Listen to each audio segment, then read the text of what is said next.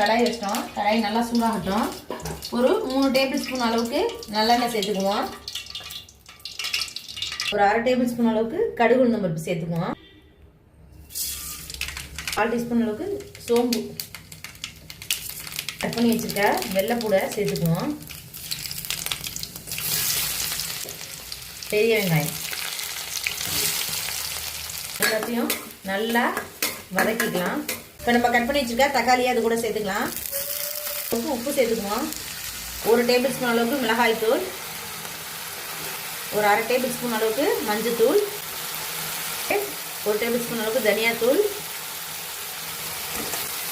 1/2 table spoon அளவுக்கு garam masala, 3/4 teaspoon அளவுக்கு ஜீரகம். இதில் கொஞ்சமாக காரத்துக்கு வீட்டிலே அரைச்ச காஷ்மீரி பவுடர் போடுறேன். இப்போ நம்ம கட் பண்ணி வச்சுருக்க உருளைக்கிழங்கு அதோட சேர்த்துக்குவோம். வச்சு இந்த மசாலா எல்லாமே அதில் படுற மாதிரி அப்படியே கிளறி விடுங்க மெதுவாக. கொத்தமல்லி தழை, கருவேப்பிலை அப்படியே மேலால தூவி விடுவோம்.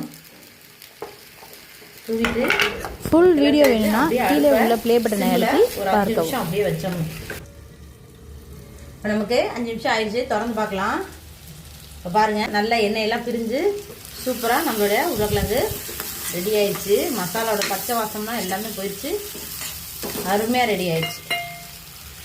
இதே மாதிரி வீட்டில் நீங்களும் ட்ரை பண்ணி பாருங்கள்.